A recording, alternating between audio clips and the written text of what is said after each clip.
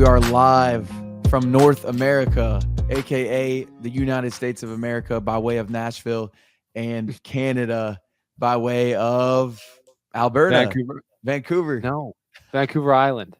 Vancouver Island. What a classic American thing to do, to just totally not get anything right about Canada, like our The, geography. the reason I said that is because there was a video on my Instagram recently that came up, and this dude was filming some video in Alberta, and it was the last city on my mind, last territory on my mind in Canada. It's a province. It's not a territory. Province. Alberta. It's not a city. Alberta is not a city. That's for sure. Anyways, that's classic. We love it. It is the U.S. Open, so I'll give you a pass this week.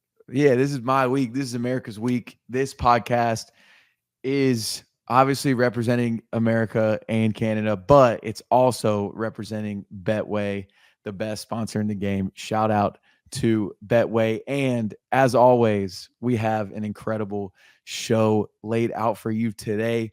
Of course, we're going to hit on some of the results of the week. We're in the middle of the U.S. Open. We're going to dive into the quarterfinal matchups that we know of, and then we'll get into the potential ones because there's still a few matches left to be played. Then we're going to get into Alcaraz and Djokovic being out of the U.S. Open. 8 of the last 9 majors have been won by them. Where's tennis headed? Is it more exciting? Is it less exciting? We'll talk about all that. Then Steven kind of had a little moment on Twitter where he was getting quote tweeted by some big names that you will be familiar with. That's going to be one of the craziest slip-ups of all time. That's how I was feeling. Whenever I see people coming at Steven on Twitter, I think they're twats. So yes, we're going to be talking about coaches being analysts at the same time. Steven made some waves on Twitter with one of his tweets. And then we're going to talk about Yulia. Oh gosh. I literally pulled it up too so that this wouldn't happen. So everyone bear with me. Sound it out.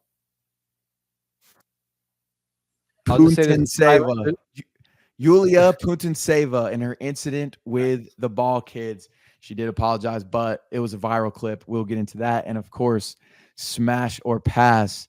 While you're still here at the top of the show, please hit subscribe. The path to 20K is very alive and well. Hopefully we hit it by the U.S. Open final or during the U.S. Open final, where Steven is on baby watch.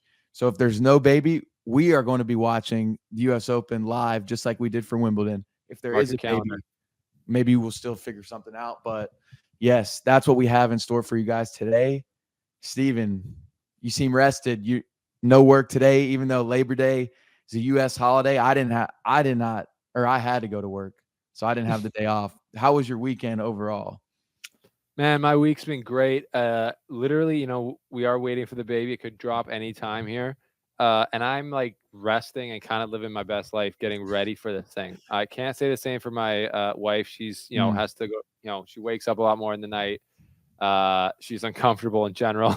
So I feel bad. I'm just over here, like literally, I've been working out. I've been playing tennis. I've been having the beers that I need to have with my guys before the baby comes. I've been doing whatever I want. But the house is set. We are ready. So, and I'm literally sleeping like 9 hours a night right now, just getting all the rest in. So I'm feeling good. I appreciate you saying I look rested. That's what you want to look. But other than that, I've just been watching tennis. So I've been loving the U.S. Open. It's great viewing times here on the West Coast. You don't even have to stay up late. If they're grinding at 1 a.m. in the morning, it's like 10 p.m. here. So it's like, that is not nice. Even bad. Just have a cold one and just enjoy. So I hope all the fans or all of you watching have enjoyed our almost daily coverage from the U.S. Open. It's been great, and we're going to get more into it. So yeah, nothing more. Or actually, I do have one thing to report. So last week we talked about the tournament I was playing in. Good. I won in the first round. Did I update everyone on this? Well, I just know because for those who don't know, I'm Steven's coach now. Yeah. So I'm a little bit up to date on his results. You took out a top seeded player. That's right. I played the Island Open. I think it was called, something like that, or the Victoria Fall Open. Anyways, in the 4.5 division, we're getting back into it. That's actually the top division. So there's players there who are better than a 4.5. I'll just say that. And they're, because, I'm probably right now, to be honest, only about a 4.5. But so I win my first round, 3 hour grinder match Very happy with that match because I said my new thing is I'm not beating myself. You're gonna have to beat me. I used to Wait, it beat was myself 3 all the time. hours? It was literally almost 3 hours. We How played many 3 sets sets. do you guys play? 3, and like it was just takes a long time. We're all grinders here, so it just seems to. Well, and it's like so the match. There's probably a half an hour warm up. It bleeds out, so it probably is more like 2.5. So, but still, it was physical, and I won against a decent player. And I was happy with myself because I dropped the second set, and I was pissed because I was like, I gotta get home to Nicole. Yeah. And I was like, and then I was like feeling sorry for myself. And I was in the third set. I was like, look, I have to play his third set regardless, so you might as well win it. That was like Right. mentality that JP I think would have approved of. And then I beat him. So then I go play the second seed in the second round, and it's a 15-year-old kid who is like a backboard in Victoria. So like he's known as a guy who just gets everything back, and he was. So this match starts off, and I was like, okay, he doesn't have a ton of power. Like he's not really gonna hit it by me, and I can grind too. I'm physical. I like to think I'm somewhat of an athlete, Right. but we're doing like 20, 30 shot rallies, and I'm like, oh my gosh. And then, but I notice he starts to get like, he's like sounds like he's in pain every time he hits the ball. And then he starts to get more and more like kind of dragging himself around the court. And I'm like, and Nicole was actually watching this match, and she was like, and then he was like, he looking very injured, and he's like 15. So I was like almost like gonna say something. I was like, dude, are you okay? But then after I won the first set 6-3, and then he's just like, hey, I can't play anymore. I hurt myself. And I was like, dude, I was about to say, like, you look like you're dying. So he retires, and then I move on to the quarterfinals. I was like, okay, sounds good. And then I played a guy who's a good athlete. He's probably like in his late 30s or maybe mid 30s. Good athlete, but kind of what we would call a pusher. Sorry for watching this. Great guy. But like he didn't. I really don't think he hit one winner in the match. Might have hit Ooh. one passing shot when I was there, and that's fine. But my whole mentality these days is I'm not going to beat myself, and really the only way to lose to a pusher is to beat yourself, and that's what I did. So I couldn't push back, and I couldn't keep the ball in the court. I couldn't even just like hit 3 shots in a row, and that's what you have to be able to hit like 10 shots in a row. in order So to beat a pusher, you have to be a pusher. essentially that's what I've heard from players who are like, so for example, Rublev told me, this is getting way longer than a lot of time. Rublev told me when he plays a guy like Djokovic, who isn't going to miss and isn't going to beat himself. Obviously Djokovic isn't a pusher, but people have called him like the greatest pusher of all time.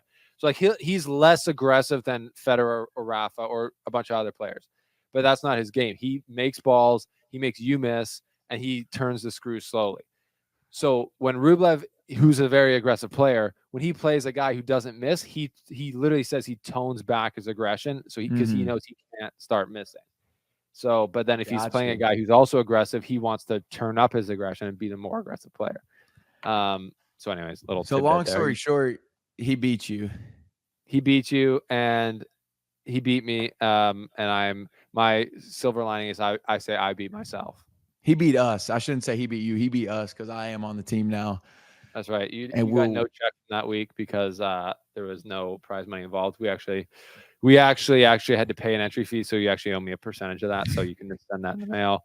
Appreciate it. Or we can roll it over the next tournament, whatever you want to do. We'll figure it out. Not a big deal. But anyways, that was my week. Quarterfinals for me is good. I usually don't play three matches in a row in a single tournament. So yeah, I can't wait for the next tournament, and maybe I'll have to fly you up here for it, JP. that would be awesome. That would be incredible. And if the player that did defeat Steven, hopefully you went on to win the tournament. If you were upset by his comments prior to him calling you a pusher, just remember, hurt people hurt people. Don't take it too serious. We've worked through it. This is why he brought me on. He's in a better spot now. And we're rooting for your success until we see you again. Next time we see you, I promise you that you will not get the same result. Yes, unfortunately. JP, how was your week? My week was good. It was busy in my life. Work takes up a lot of my life, and football season specifically. So on last Monday, which we record on Tuesday, y'all know we were in Knoxville with Peyton Manning, which was awesome. Then on Friday, we went to College Station, which is like, it's in Texas, and it's probably an hour and a half, 2 hours away from Houston/Austin. And we went to Texas A&M, Notre Dame, massive game for the weekend. Texas A&M has a huge stadium, 107,000 people. It's like the third biggest stadium, I think, in the U.S. That was my first time there. They have their fan base gets dogged on a lot. They have like a very cult, and they have a cult culture. Texas A&M is a cult, but there's Like a lot of actually a cult? yeah. I mean, you literally go around and ask the students. You're like, "Hey, is Texas A&M a cult?" And they're like, "Yes," and it sucks you're not a part of it. But I mean, it's like so. The day before the game on Friday night, they do this thing called Midnight Yell, and they don't have cheerleaders. They have yell leaders, and it's all guys. And there is 40,000 people in the stands at midnight day before the game, and they like do this whole 30-minute long kind of like a high school pep rally, but for 40,000 people at a big SEC school in Texas football.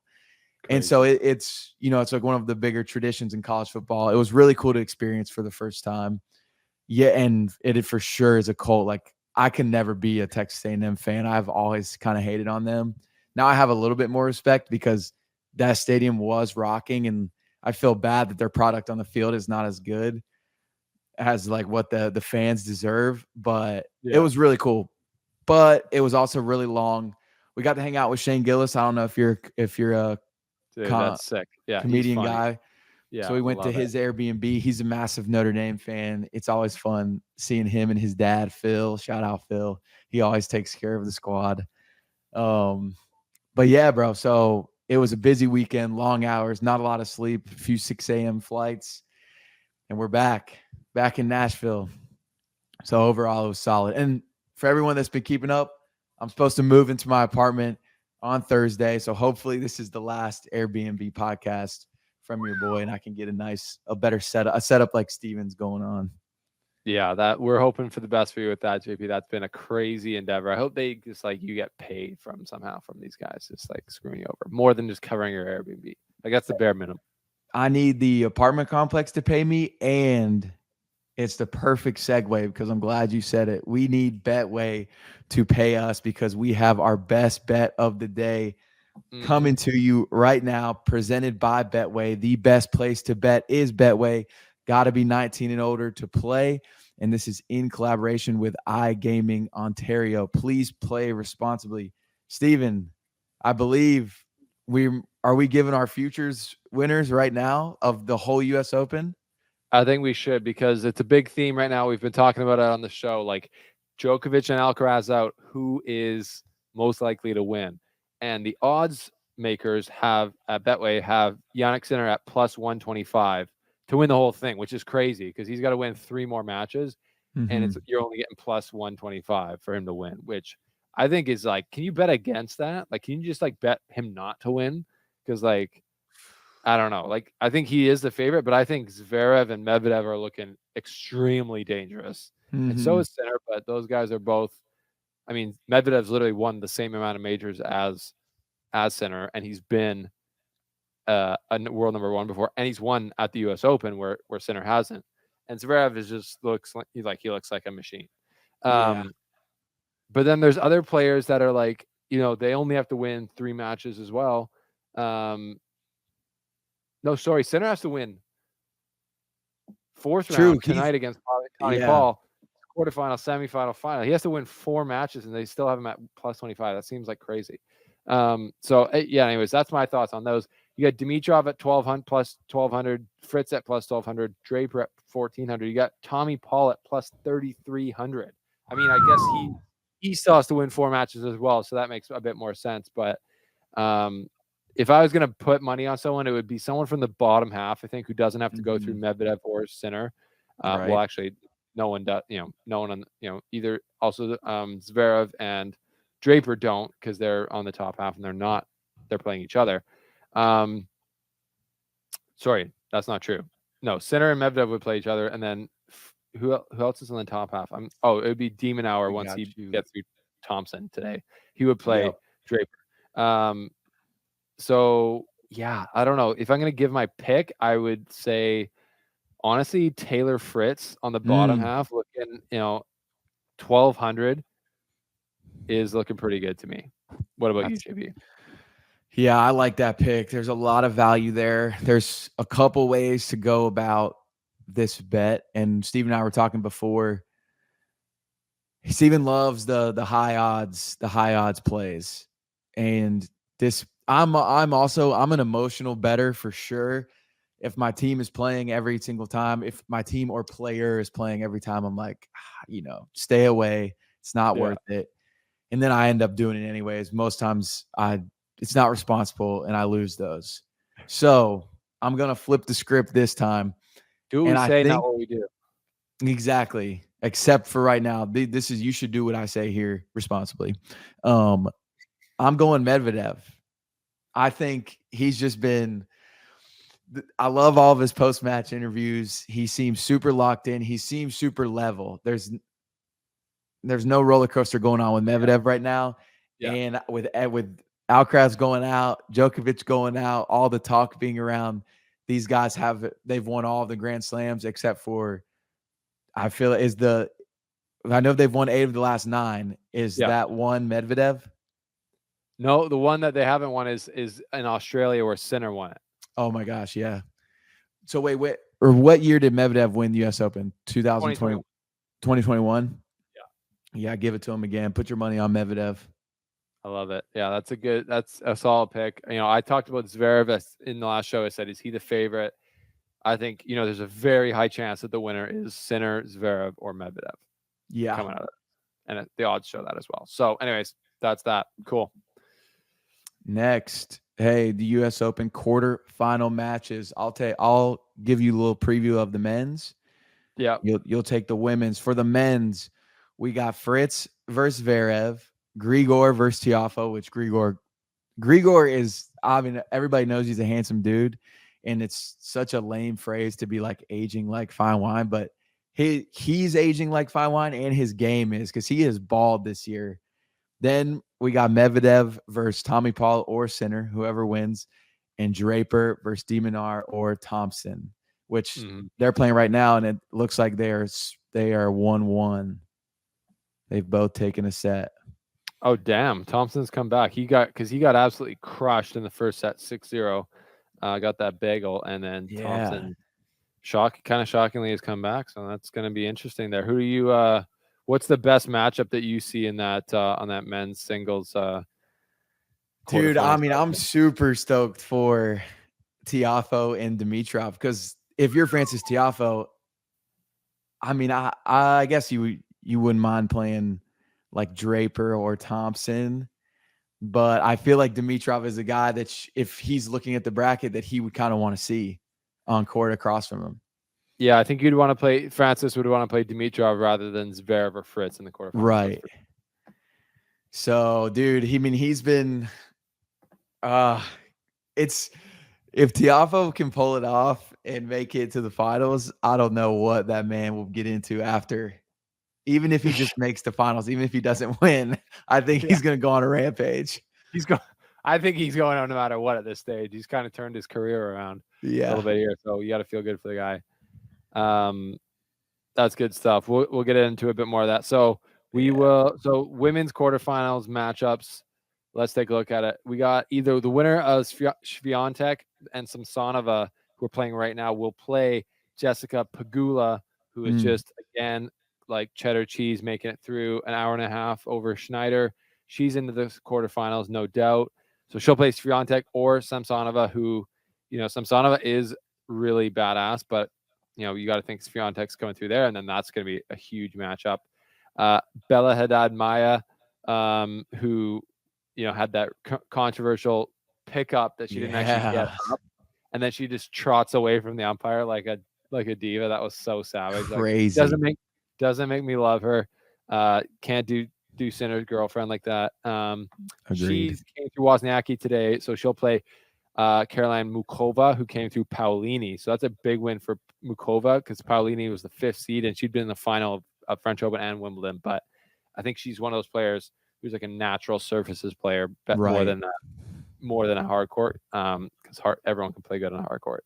And then the quarterfinal matchups on the bottom half are Badoza, again keeping it up for Tsitsidoza. She'll play Emma Navarro, who we will talk about, and who beat Coco Gauff in a very crazy match yesterday. Yeah. And then Qinwen Zhang took out Donna Vekic in 2 hours and 50 minutes last night.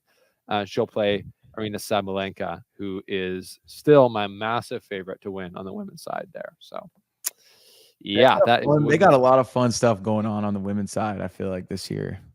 for sure. Yeah, for sure. Man, Emma Navarro, I had not really watched her play before that match with Coco yesterday. She's impressive. Like, she is so strong from the baseline. And I don't think either Coco Gauff is 6'4" or Emma Navarro is like not big at all. Like, she's like, I think she's quite short. I'm gonna look up quickly how tall she is because they always do that 1.7 meters. I don't know how tall. Dude, so annoying.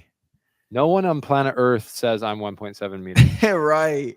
Like, there's no way that people in Europe, if you ask them how tall they are, that's what they say. Well, in Canada, we use the metric system. It's like we use meters and stuff and kilometers, right? We we'll say like, oh, it's 100 kilometers from here, Right. but no one here says I weigh 183. I don't even know what you'd say, kilograms. All right, that's be pretty heavy, but yeah, we might gotta call somebody. Some people do, but yeah, but like people, I'm 6'5" or I'm 6 feet. I'm not 6'5". I'm 6 feet and 165. I'm not like right. Anyway, so Emma Navarro is 5'5", which is short. So also Emma Navarro, Steven, what state was I raised in? North Carolina, South Carolina. We'll give it to you. Guess where Navarro was raised? South Carolina. Come on, man. Charleston, 3 hours away. Money. I heard she comes from money. Is that right? She comes from money, and she comes from, I believe, the financial industry. Ooh. Her dad made a nice little under the radar hundreds of millions in the, I don't know if they were kind of like loaning on like the loan side of banking. Oh yeah. And maybe he crushed during like the recession, but was he in small? Is that what they call financial people from South Carolina? Small Street instead of Wall Street? I did not know that. Did that come up on Google? I just thought of that.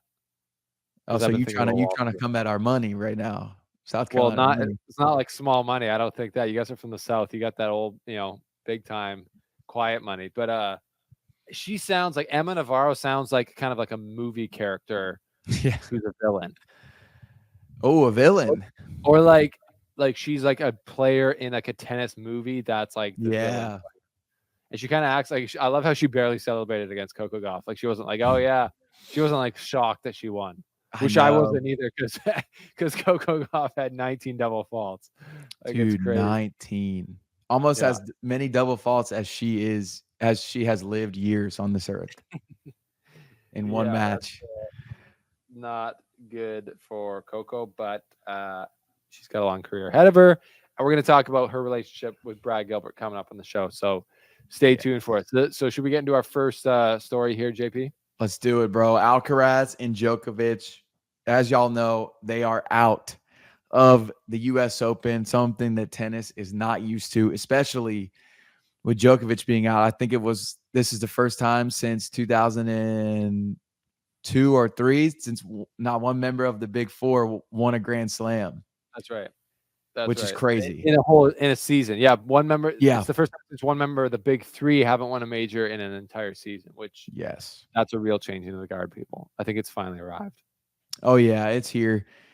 And so, it's the question. I feel like it's just a question of tennis kind of this whole season is who's going to interrupt the domination? Is somebody going to come up and dominate, or is it going to be a group of people that we just see more and more winners throughout the tennis season? I kind of think it's that. I think we're going to see a revolving door of champions. And I mean, like Alcaraz could dominate, Sinner could dominate, but there's not. I honestly don't think. I might actually go out there and say now that Sinner won't dominate like any of the Big Three did in the last 20 years. Yeah, I don't think we're seeing that again, and I honestly hope that we don't. Like, I've wanted a revolving. I've always wanted it to be like, oh, there's like 5 or 6 guys who have a really good chance of winning. But the question to me right now is like, if Sinner comes and wins the U.S. Open now from here, I think you're kind of like, okay, he's been number 1 now for most of the season, and he just won his 2nd major of the year. So him and Alcaraz literally split it. So I think if he wins this one, then you're thinking, all right, the next 10 years, the tour is about to be down bad to the likes of Alcaraz and Sinner. Like they're just going to be like beating them like a drum.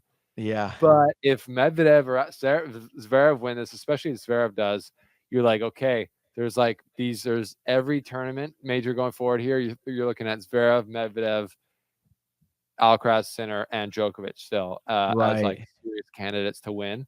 But I think if Sinner wins again, it's just like Sinner, Alcaraz, and can Djokovic still compete? Right. For the is what Yeah. I'm. How long would he want to compete? I also, oh crap, I forgot what I was gonna say. Well, I got you. What were Yeah, you gonna give say? me. You were gonna say, the big three domination it mind warps everyone. Like you think, and it's always done this, and This is that's why. actually what I was gonna say, which is the crazy part. Is that right? Did I get you? Yeah, You're keep going though. no. I was just gonna say it's why you think like why it's also why we are so lucky that Alcaraz came around because he's won 4 majors and he's 22 or 20. He's like 21 still. He's won 4 majors in the last 2 years, and so he's essentially won half. If you think about it, he's won like probably just under half the majors that he's played in the last Yeah. years, which is crazy town. So he goes and he comes out and plays at the level that the big three was playing at. And we thought we'd never see that again. Right. And now people are talking about, and I've talked about this with people, is like, is Alcaraz like playing the highest level of tennis we've ever seen? Like when he's beating Djokovic like a drum at Wimbledon, when he's playing his best tennis, like it's not like he might not win the most or be the high, and get all the records like Djokovic has. It's gonna be pretty hard to do. But Right. he seems to me to have all the best attributes of all the big three, and he doesn't really lack anything. So, anyways, what were you gonna say? How did that help? So yeah, that sparked it because I was thinking, we know tennis is such a mental game, Yeah, and a lot of these guys are going into tournaments already kind of knowing, all right, well, there's a really small chance I win this tournament because Federer, yeah, Nadal, Djokovic, they all exist. But like talent level wise, the margin is like these guys are all so close to each other that it does come down to the mental aspect to yeah, bring in these championships. And now it's like I feel like guys believe way more they can beat Sinner and Alcaraz than they believe they could beat Djokovic and Federer and Nadal. So yeah, I that's why I think there will be more of a revolving door because I don't know if Alcaraz, like you're saying, if you compare his peak level tennis, it's comparable to everybody that we've been mentioning, that's and ever nobody's played the touching game. it. But what you're saying is like it's just the democratization. Like I think especially again, if Zverev wins this week, they're like Right. everyone on the tour is like, well, I've beaten Zverev, or I can beat Zverev, Exactly. I can play like him. And then you're just, and Alcaraz is younger than me, and there's all these things, and like Tommy Paul's beaten Alcaraz a couple of times. Like there's all these Yeah. guys who have done it, and yes, so I think confidence, the mental game, allows people to win majors because like before when you had these guys coming up against Djokovic in a final, it's their first or second final, and it's his 30th, like he could play his C+ game and he's still gonna beat you probably because you just Right. like puking walking on the court. So it's just not fair. I know. And it was funny too because I saw on that Nothing Major podcast, they asked the question of like, did you I just thought it was really funny. Did you guys ever go into it like a Grand Slam thinking you actually had a chance to win? And pretty much the like resounding answer was no, not really. Yeah. And it's like, John Isner was like a top player, and it's like, why not like, oh man, maybe my serve will just carry me all the way or whatever. But it Yeah. was funny because it's dudes speaking that were like in the top 20, just being honest, like, Well, yeah, I mean, I knew I really wasn't gonna win. well, we got to get them on the some of those guys on the show here because I love his honesty on that, and that'll show people a lot of what they mean. Like, yeah, even Right. Isner, like I would have thought if he was playing now, he should have that confidence because you're like, oh, maybe at Wimbledon I'll just serve bot for an entire tournament and like guys will lose. But when the big three were going, it's like there's 3 of them, so one guy could not show up, one guy could get injured, and then you still have to be the other guy. Like, and Right. like no one can beat any 3 of them. Like it seems so. It was like. It was yeah, this is an exciting time in men's tennis for sure, and I think I think we're the better for it going forward. Like, you know what I mean? Like it's going to be, to me, it's more exciting. Like I used to literally just not watch a full tennis match until the semifinals because you would Right. just Even though as a Federer fan, I would rarely watch his full matches against like the early opponents because I just Yeah, knew, oh, he's either gonna crush this guy or I don't really want to see him lose. Because if he right. loses to Sergei Stakhovsky, like he's probably pulled his back beforehand. So it's like And now it's just you got to be paying attention the whole week. yeah, and I know last week we were joking about the term growing the game, Yeah, but I think that the revolving door does grow the game more so than just like one guy dominating the whole time, because ultimately the sport is going to get covered to an extent on the big sports media platforms, and when you yeah, get different names out there, it's just more exposure to all these other guys. So it's a yeah. good No, way I to think grow you're the right. game. I think it like deepens the game because I think There you go. Serena, Yeah. essentially Serena and the big three grew the game to triple the size it was before they came, and like Right. Federer led that pack. Like that's just objective. Like, but that is just like an objective fact. Hey man, And I always think about that we because know it's it's like objective. business dollars don't lie. Essentially, like Federer, I wouldn't like he's still making more from tennis than probably Alcaraz is per year right now, and he's not even playing. And Dude. even in 2019, so Alcaraz is the highest paid player, and they do a pretty good job of getting their on court earnings and off court earnings for the year. And they had Alcaraz as the number one player in tennis at like 44 million this year. Yeah. You know how much Federer made in 2019? 98 million. Yeah, like just actually like I think it was over 100 million. One of Yeah, I those years. couldn't, 'cause I remember he was top on the list.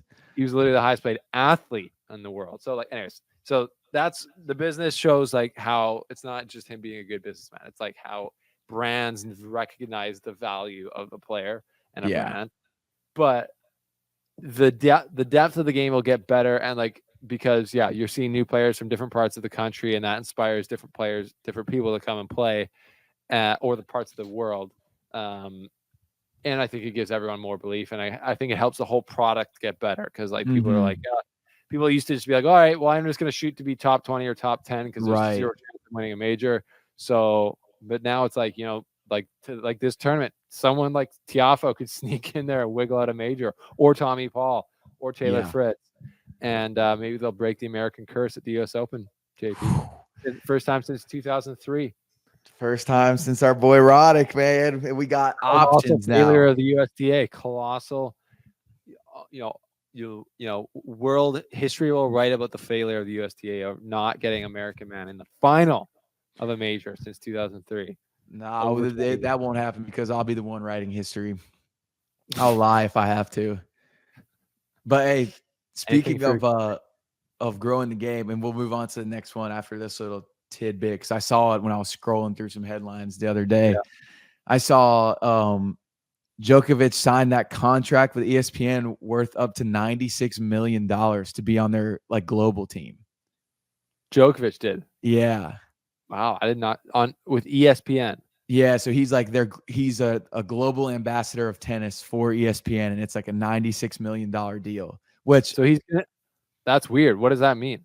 that's what I was just about to say. I can't really find like what that job title, like what responsibilities fall under the job title, but he got a bag.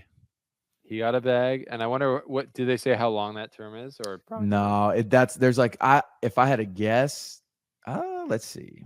Like, what is that? It's not like a sponsorship. So is that going to be like he's making content for them when he retires? Essentially, he's going to be like an analyst. Yeah, maybe analyst, and then I bet he'll have to like go to different tournaments in different like countries and just be there like on behalf of ESPN. Yeah, because they're trying to go global. Dude, Right. that's funny. He'll be like Curious, but and I literally love. I looked it up the other day. Curious that he had a quote saying he's like, when I'm done, he's like, when I'm retired, you're not going to see me around. You're not going to see me around tennis at all. I'm done with this sport. I don't love this sport. I see it as a job. He's retired Dude, now. He's essentially retired. He's just taking any check he can get. it's And always the he biggest personalities that say like I'm gonna disappear one of these days and whatever. It's like, dude, you're just literally not wired that way. actually disappear. Like, please disappear. Most of these No, we like need him. ex players. No, Curious to stay around. He's good for tennis, but he's like a lot of these players who are just taking our tennis media jobs from like Yeah, true. you need to just disappear. Disappear. Next, somebody else, some other people who are taking our jobs are coaches, and they're being analysts at the same time, which Yep. open up that seat. But they do offer good They do offer good insights. I'd rather listen to Steven though than Brad Gilbert. No offense, Brad Gilbert. I do love Brad Gilbert. None of this is shade at Brad Gilbert, I want to say before we get into this. Yeah. But because he's in front of the show, he's actually been on before. But yeah, sorry. Keep going, JP. No, and so you sent me earlier, you're like, hey, are we doing the pod today? And then sent me the screenshot of John Wertheim quote tweeting you when you were talking about Gilbert, right? Because he went on after Coco's match. Yeah. And kind of walk us through that, because I saw it. I honestly was a little bit confused. I'm like, wait, so is he like taking a dig at Steven right now, or is he saying like I couldn't really follow along where he was? Oh, what he said. On it. Yeah. Got it. Yeah. No. What I said is it is so wrong, which is not great grammar, I will say. It is so wrong to me to have a coach, Brad Gilbert, on ESPN immediately after his player Coco Gauff lost at the U.S. Open. It already seems weird to have Cahill and Gilbert on set so much while coaching players. If I was a player, there's no chance I'd be cool with that. So I said that, and then what did he say? He said he was like tagged Renee Stubbs. Yeah, he said credit to Renee Stubbs for putting. No, what he meant is he said credit Renee Stubbs for putting responsibility to audience ahead of green room collegiality and asking the questions that needed to be asked, making the points that needed to be made. So he's basically saying credit to Renee for not being buddy with Brad Gilbert, who's her like coworker on ESPN. Gotcha. But saying what all the fans were thinking, like on like what is going on with Coco's serve, like it has to get better. You're her coach, like it's not good enough. And like she kind of went at Brad Gilbert there, and he was a little bit like, and then I didn't actually get to really. I kind of was like wasn't watching it live, and I saw a recording of it. But to me, it was just like it was poor on ESPN to have Brad Gilbert scheduled right then. Right. Because I believe, and I can't confirm this, but I believe like Coco was still in the locker room or like still doing press conferences. Like he's getting paid by both players and both sides, like right. by ESPN and by Coco. And I guarantee you it's written in their contract. Like I'm still going to take the ESPN check while I'm taking your check. Yeah. But I just would never be doing that if I was her. Like, it's just so weird. Like, I mean, I guess it's also a conflict of interest, right? He can't give like an objective analysis. Like, he's not going to go on there and be like, yeah, she played like trash. Like, she didn't listen to me, like what I said. Right. And if she had just done her single speed serve, like I told her to, she wouldn't have double faulted so much. But he essentially said that without saying that. He said, he said she needs to have a single speed on her second serve. So that's the same shot she's trying to make every time, because she'll 1 second serve, she'd go like 105, and the next one she'd be like 80 miles an hour. Mm-hmm. And then she's like missing them both. Whereas you got to just start the point. And, he was saying like, but what he would have obviously said that to her before the match. She didn't do that. So he was probably frustrated with her as well. And then anyways, it's just like a super awkward look to me. Like, what do you think about that, JP? Yeah, it is awkward. And man, I mean, it's because, you can easily be like, dude, you should not be on this set right now talking about Coco. Like, y'all probably should be in the locker room. And obviously, as far as coaches go, he makes probably more than a lot of other coaches because she gets good results. She gets big contracts. But we don't know the numbers he's making on it regardless. And this would go for all the other coaches that are involved in it as well. And it's like, man, I mean, if their player doesn't do well, they need to get on that desk so they can keep providing for their family and everything. And so it kind of comes back to like, man, is there a way that you could properly compensate coaches to where they wouldn't even have to think about doing this thing? Well, I don't think like Brad Gilbert's definitely not worrying about he's covering fine for his family. Like to be honest, he's made that cashola from ESPN for 20 years now, and the only coaches on ESPN, like who are the analysts, like are super famous tennis people. So like, and then because I saw there was like a list of like 4 names, right?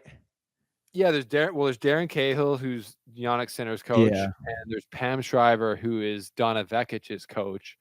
And I don't have a problem with coaches appearing on TV. Like, our friend of the show, Brad Stein, he'll even do some commentary once, and I believe it was once his player was out, like once Tommy Paul lost at the Australian Open. Sometimes he'll like do commentary, and it's awesome because he has got a better insight into tennis than essentially any of the other people on there.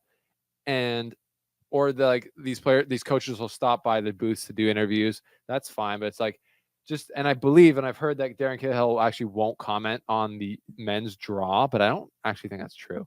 That would be But crazy. there's ways you can do it, but it comes to like, to me, it's like if I'm Brad Gilbert and they're like, ESPN's like, hey, we got you on right now, and I would just be like, sorry, no, like I'm sticking in, I'm in the, that's like insane, like I'm gonna stick with my player, and then I'd be cool with it. But if so I think most of the culpability in this situation, to be honest, falls on ESPN and like weird Yeah. scheduling. But they'll just do anything for like views, I'm sure, and they'll be like, oh, it's cool to have the coach of the player who just got upset on TV right after this. So So if you were yeah. a player, would you tell your coach no commentary? I don't think I'd say no commentary. I'd be like, and at some point, like there's a lot of criticism within Coco Gauff situation being like he's not actually helping her because she Yeah. won the U.S. Open last year, and then that's when they kind of started, and I think he got a lot of credit for that, but he had just started, I think. So I think if you're Sinner, Darren Cahill is like objectively one of the best coaches in the world. He's not Right. like, I wouldn't call him like a celebrity coach. Like he is his repertoire has shown, like he took Simona Halep and then they won majors. He took Yannick Sinner and then they won majors and become world number one. So he's like, if I'm a pro and Sinner's or Cahill's like, I want to work with you and I'm still going to be on ESPN, you don't really have that much to say. But Sir, if yes, I'm sir. Coco, yeah, sir, yes, sir. Or you could, and it would just wouldn't work out. But if I was Coco, honestly, I would think it, and she was like we were in the locker room and I'm like crying because that's just what happens. I'm just gonna say it. And Brad's like, okay, that was brutal, but I gotta go. I'd be like, hey, yeah, you can go, but don't come back. Like you Oh, can go, but that's the last time you'll be in this locker room with me. Like so that you would would be, fire him out if he did this to you in this especially in the heat situation. of the moment. Like that would be crazy. Like it's just like yeah, I don't know. Like it's just like It's you yeah. got It that's all. I one of mean, those power dynamics where it's equal. Like I don't think Brad, he's obviously he's right. not as well respected as like a pure coach. I don't think as someone like Cahill recently. But in general he is. But there's other ones like Patrick Mouratoglou, like celebrity, a little bit more celebrity coach. Like there's other Yeah. players who just become coaches with no pedigree in coaching at all. And I know that that ruffles some feathers. So that's an interesting dynamic. I don't think I wouldn't be like don't be on there too much, but I guess it depends. Yeah. It would What do you be think? if I was the player. It's funny when you're saying that, when you're like, especially in the heat of the moment. Yeah, you can go do it, but don't come back. I think probably at my most mad, say, which probably would be around this Coco's instance, I would probably hit one of those like, oh yeah, like so you're about to go do ESPN, bet, don't ever talk to me again. And then, but like we're back the next morning, like yo, so Sorry about that. how we getting to work today? So I don't know, Yeah. man. Like, oh, it all comes down to the player's personality. When we're sitting here talking about it, I flip flop back and forth of like what I would do because initially I'm thinking, okay, like probably right after the match, this is just how I operate. I probably don't even want to be around him and like thinking and talking with them strategy and everything. I just want to be pissed off by myself, maybe with like whoever, one other person in my camp, and then Yeah. revisit it later on. Like, let me do my recovery, let me get my head right, and then we can get to the drawing board. And if you say something to me on ESPN, just I pray to God I don't see it. Yeah. But yeah, Yeah. I think ultimately I'd be cool with it, but I get it. It's probably a bit of a nothing burger in a Yeah. way. Like I don't think the players obviously the players don't mind. That's why they're there. But we'll see what happens going forward if that relationship continues. But we're kind of talking about it because that tweet went a little viral. People seem to Yeah. agree with what I was saying. 188,000 impressions. Thank you guys. Thanks for coming out. Yes, that was a good one. I was proud of that. Something else that got a lot of impressions was Yulia. I got it pulled up still right here. Putinsteva. Like Yulia Putin. Seva. Putinsteva. Putinsteva. Like apparently she's like actually Russian, but plays for the Kazakhstan federation, but lives in Florida. So people are like getting on her right now, right? Because there's a lot of outbursts about the story to cut you off, JP. But No, you're you can good. tell the fans what happened, but they're like roasting her. They're like, she's like actually Russian, so she shouldn't have her flag. You know, people are going crazy with it. I'll say, I don't think she should be I don't think that should be an issue, but people are. She's getting a lot of flack for what she did. Hey, and we could. I'll tell you how I feel about it, and then you can tell me how you feel. The Okay. leaving the Russian players' flags beside their name, I think, is the dumbest thing in the world because, Yeah. man, like everybody knows this Rublev, Medvedev, like they're from Russia, and they got nothing to do with all of the issues that are going on. And I just think it's so like, it's such like virtue signaling by the ATP and WTA or whatever of just like leaving it off. That's how I feel about it. How do you feel? I feel the same way.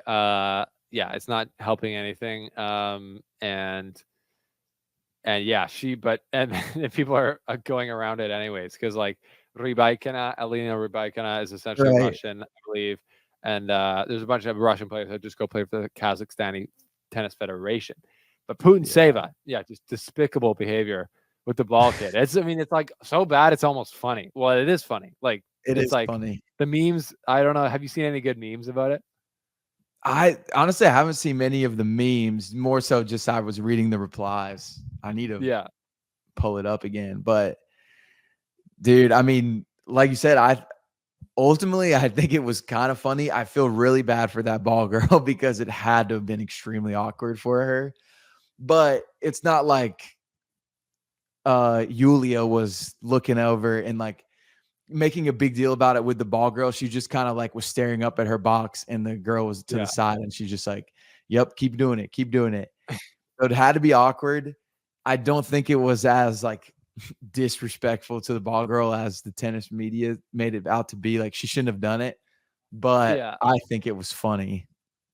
It's funny in multiple ways. You're right. I think it's classic tennis media being like way too crazy and too soft. Like I think that ball girl's gonna be okay. Like there's actually a great clip of the ball girl like laughing at the wall because you know that's gonna be a great story for her back in the ball kid locker room. Like, can you believe what this chick just did to me on court? Dude, and I was like the ball. Everyone's gonna be like, "Oh, she was done. She was being weird to you." Like, shit, that ball girl's gonna be famous. So she. When she goes to school, whenever they get to go back to school after being the ball girl, she's going to be. Everyone's going to be asking her about it.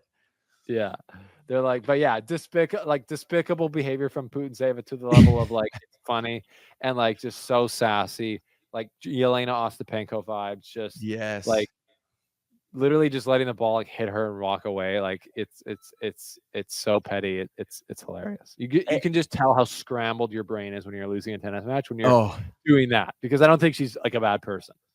No, not at all. And there was no like malicious actions with it all. If anything, she just played herself when she just holds the one ball because she's got to go grab one of those second ones. I didn't see like the full video, but I'm like, she definitely had to go walk over and pick up one of these balls. Yeah, I think she did. And then like the girl's like, I don't have any more. So you could like, I'm not giving you one. Speaking of sass, while we're on it, golly, Swiatek. Yeah. Swiatek.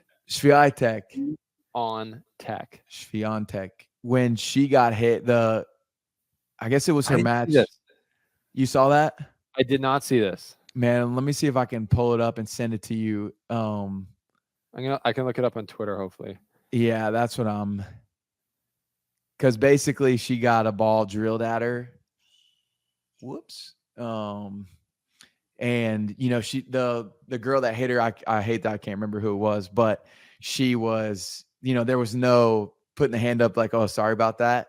Yeah. And she just kind of cold shoulder walked away, and Iga looked like kind of stared her down a little bit, waiting for one, and people took it and run with it again on Twitter. And I don't know if we've talked about those situations before and how you feel when somebody, because I'm pretty sure she was definitely aiming smack at her. Yeah, I've seen this. I just watched it. Pavlio, this one screws me. Pavlyuchenkova hit Swiatek during the net. Love it. Okay, my opinion is that is the most fair thing in tennis. It's one of those things like people like when people look back, oh, I can't believe you did that. Like you just know it's on then. It's essentially like you're fighting that point. Like if you're at the net and I just pin you, Yes. I meant to do it on purpose. And it's one of those things. So like, it's fair play to go at the person. 1,000% fair play to go straight at the person and hit them. You can say sorry. You could go sorry about that because it's like you can go at them and then they can move and like you're not guaranteed to hit them. Right. If you don't say sorry, then me as a person getting hit knows that person was hitting me, and then I'm like, Yeah. all right, okay, let's go. And then the next time I get it, I'm pinning it at him. And it's just that pettiness, but I love it. It doesn't hurt. No matter what happens, it doesn't hurt that much. No. And she even got her racket on it. Like it didn't even hit her body. Yeah, but Swiatek's like, she was like I was wronged by doing this. But obviously, Djokovic has done that too. Not, this is just the odds. Nadal hit Djokovic once, and then Djokovic. Have you seen this? Yeah, I've seen it.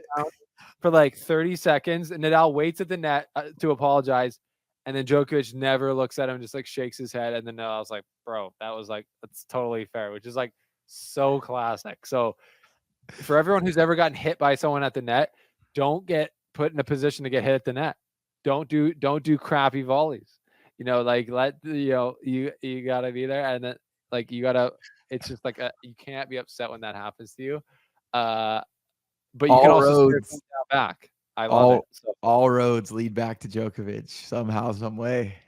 Well, okay, here's another one. So Tsitsipas was trying to drill Alcaraz. Yeah. In Barcelona a couple years ago because Alcaraz was beating Tsitsipas and has continued to beat him like a drum. Yeah. And Tsitsipas doesn't even look at him, and Alcaraz just stares him down as he watches things. I like that. It's like I'm gonna beat your ass, bro. Yeah. Try that again. I'm gonna like grab this ball and shove it down your throat. So and I love it. Percentages wise, it is a smart move to just hit it directly at you want to serve it into somebody's body. Why wouldn't you want to hit it into their body at the volley? Yeah. It's like it's a smart, it's a high percentage play. So we need more of it. And then the more like obvious the ball is, like if it's like a total put away and like the person's kind of giving up at the point, you still hit them. It's just like the most disrespectful, which is like, I like it. It would be, in baseball, they have the bench clearing brawls for stuff that's like that. Like when you hit a guy with a pitch, me too, people are like, all right, we're fighting. It would be great if you could have like some type of bench clearing brawl in tennis. But then they didn't get kicked out. Like, they want to be able to keep going. It's like, all right, if that happens, you get 30 seconds to like straight up street fight and then back to your own side. It will be ugly, man, watching tennis players try to fight. We got to save them from that. I don't know if any would actually be okay like at it or like what they would do. I don't think, let's just put it this way. I don't think many of them have gotten punched in the face before. Yeah, right. Exactly. We'll have to come up with a list of like top 5 potential street fighters in tennis on the next one. Yeah. Like off the top of your head, who would you think? Top of my head, I think I'll put Kokkinakis in there. Because I think maybe like a drunk bar fight. Exactly. Like I feel like, half of the fight is wanting to fight, and I think he would want to fight. I think it sounds like Medvedev's wanted to fight in the past. I don't know if that means he can actually throw hands with those like skinny little arms, but Medvedev would for sure start it and then kind of like fade off, and then like Zverev would come in. We know he knows how to fight. Let's just leave that there. I could say Kokkinakis. Let me get your boy Gabriel Diallo. Big boy. Okay. Big boy. This dude walking on the street right now with his shirt off outside. Jeez. He's tone tatted and tanned. Let me see. I got 2 right now. Let's see. Who could scrap? Rublev? Just rage? Like he would just take a bat and just destroy you? Rublev, yeah, we could throw Rublev in there in third. I'm seeing if I can pull up a quick list of the players real quick. I'm just trying to think. I know. I like the 3 right now. Oh, actually, I gotta put Kaichanov in there. He'll be my 4. Oh yeah, Kaichanov. Yeah, Russian bear, Russian. Yeah, like her Khabib vibes, like 6'4" Khabib vibes. Exactly. And then let's Aslan see. Karatsev, not messing with Ooh, him.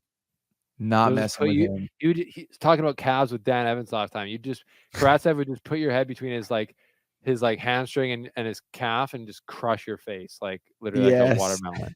Like no issues. We could put him at the 5. I'm scrolling through right now. I like that 5. I'm sure there's somebody like an obvious one that we're missing, but Essentially, anyone that's not an American from Florida. Like yeah, I you spent mean, too much time at the country club. It's not happening. Like, yeah. yeah, I think the only American Actually, I think I could see Tommy Paul getting it. Yeah, he'd be all right.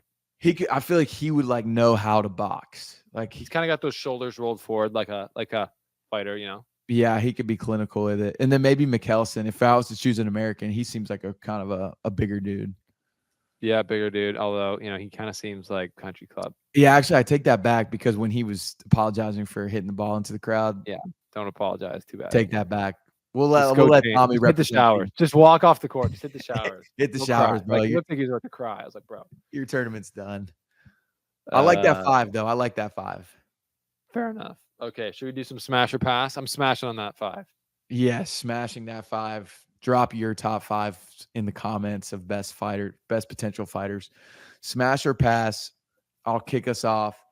Late starts at the U.S. Open. Sabalenka, what time they start? Like 12:30 a.m., 12:45? Yeah, well, at least it was probably a quick match. Yeah. But yeah, these late starts, I'm really torn on these because I think that people need to stop being babies, especially if it's on the weekend, like Labor Day weekend. Right. Last night, what do you got? Like some of these matches that have gone late into the morning, like I think Alcaraz, I think it was Alcaraz Tiafo a couple years ago. Yeah, that Like was these epic. are one of these nights, and I've always said it's like, let's see where the night goes. It's like one of those great nights out with the boys. Like, where's the Right. night gonna go? And it's one of those when a really epic match goes late into the night and people actually stay around for it and they like call in sick the next day to work or whatever. It's like that's a pretty much once in a lifetime experience you get at no other sport. So that's cool. But when it's just like, yeah, run of the mill, it's kind of savage for these players.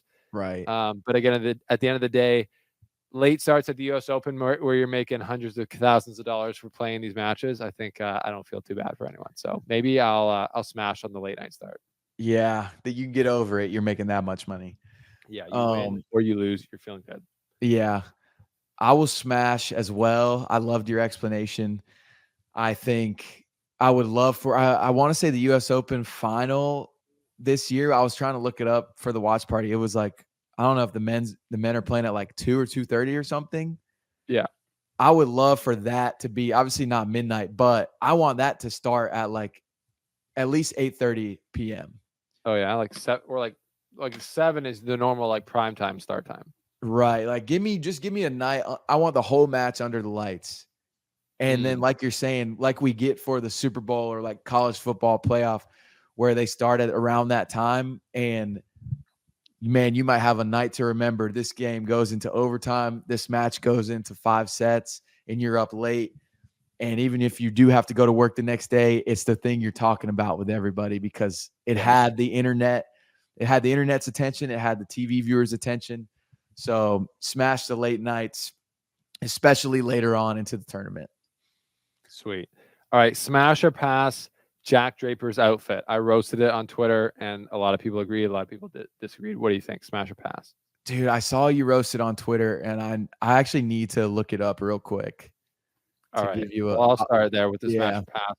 I'm passing on it. To me, it looks like just like the colors are weird. He looks like a melted like creamsicle, and it's like I get the oversized. Like oversized clothing can look sick, and I think that's kind of like the style nowadays is to have a baggy shirt, especially when you're trying to kind of show that you're like sneaky jacked. Right. But I Okay, think here it is. that outfit doesn't even look retro, so like it just doesn't hit it for me. Like pass. What about you? So yeah, I mean you did. I'm looking at your tweet right now. You got a lot of engagement too, by the way. Great tweet. But again, what I learned about Steven last episode was that he does not have good fashion sense. And I think I'm smashing this Jack Draper fit. I'm looking at it right now. I don't mind the color scheme at all. Also, shout out to his teardrop on his leg. What do they call these? The VMOs. He's looking jacked in that from from the thigh down. But I don't mind the fit at all. I don't think it's if I was to see him playing, I wouldn't even make a comment on it. I'd be like, oh, it's just another tennis fit. So maybe You you know have what? something against the British. I don't, because both Jack Draper and Dan Evans are friends of the show. And actually, it's crazy. It's actually an insane fact. Players who have talked to the Slice, who are from Britain, have then gone on to both of those players have talked to us and then gone on to be the top ranked British male tennis player after doing it. So, just saying, Andy Murray, if you want to come back, you probably should have set up, or in the last couple of years, we probably should have had a combo. We could work it into the schedule. We could. So Jack Draper, his outfit, actually the worst part about it is the shoes with that outfit. So I don't actually mind, to be fair, the colors. Like he's got these weird Nikes where it's like also colored, and that just looks like so 2002. Maybe he thinks that's cool with like the super retro, but if he just had like all white Nikes with that outfit, I think it'd be fresh. Yeah, I need to see his shoes. In your photo, they're cut off a little bit. Yes, they are. But anyways, he looks like part of the outfit is like melting onto his shoes and then melting into the court. Just looks like clank. I think all white shoes with calf high socks, not with these short socks, is the way to go. Like seriously, I think you're actually like a potential serial killer if you think that short socks look good on a tennis court. It takes a special player. Not everybody can pull it off. Dan Evans can pull it off, and I will stand by that. The joke is that Dan Evans is a guy who just looks like he's on the way to the football. Like he's at the pub and then he's on the way to the football, and like he's out here being one of the best tennis players. They're like, "Yo, Dan, you have a match at 3." He's like, "Oh crap." He like finishes his beer. Yeah. Settles his tab and proceeds to like walk to Flushing Meadows. Yeah. Leave it open. I'm coming back. 5 hours later. Yeah. Next one, tennis influencers. Smash or pass? Because I wouldn't really consider myself one. We're media members, I would say. Potentially we're influencers. Some of the ones are cool. Some of the ones are just so cringe. Like I'm not going to name who's cool and who's not. You can, if you're a tennis influencer and you're watching this, you can come ask me and I'll tell you.